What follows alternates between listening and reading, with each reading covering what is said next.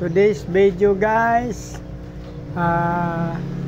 February 9. Guys, meron tayong itong yung pinakita ko na sa unang video ko, yung acting feeder na crossbreed natin sa albino koi gapi guys. Yan o, yung male ng feeder.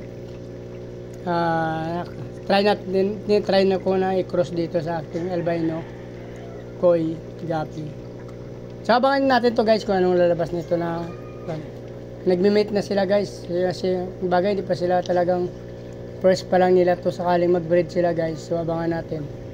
Tsaka ito pala guys, flex ko sa inyo yung ating shark fin dwarf blue panda.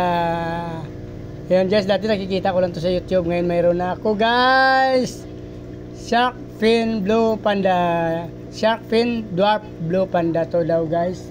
So hindi ko alam kung adult na to kasi nagbubuntis-buntis na yung isa na yan guys. So abang-abang tayo kasi dwarf nga sabi nila, baka adult na tong isa siguro guys. So, yung isang female yan. So tayo natin yan guys, abang-abang na kayo. Ilalabas natin sa video yan kung anong yung mga anak nila sakaling mag-breed na sila guys. Kaso guys, masaya tayo ngayon kasi masaya na sana ako kasi nga mayroon na akong shark fin blue panda tsaka itong ating feeder tsaka albino koi. So nakakuha pa ako kanina guys, hindi ko lang napakita para sa video. Nakakuha ako ng feeder na fry, nilagay ko na dito guys. So masaya na sana ako, nakakuha rin ako dun sa aking iskinita, hindi ko lang nabidyoan, ng hybrid na gapi. So nalungkot lang ako bigla kasi guys, nag-check ako dito sa aking RDSS, yung dalawang female natin guys namatay.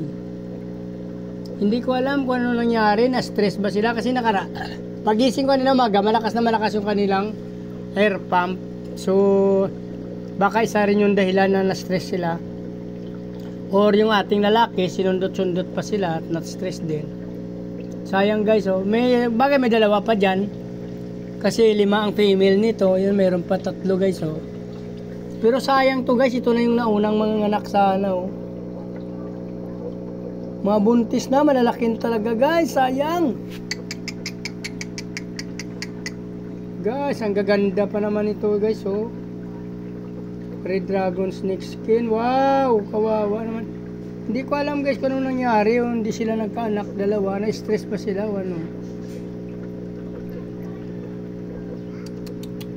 Huwag ka mong patayin ng mga partner mo, ha. Kawawa guys, sayang guys, nanlalaki na. Itong isa mga anak na talaga to guys, oh. Yung isa nagbubuntis na rin. Hindi ko alam guys kung anong dahilan, na-stress ba sila o anong nangyari dito. So malungkot nga.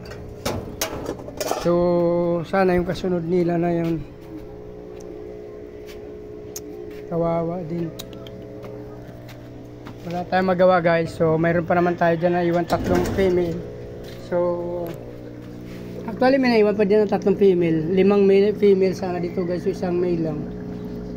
Kasi gusto ko nga makakuha ng solid strings nito ng aking RDSS guys. So abangan na natin sunod ng mga female. Sana hindi na mamatay yung ating female at matuluyan na silang mga anak guys.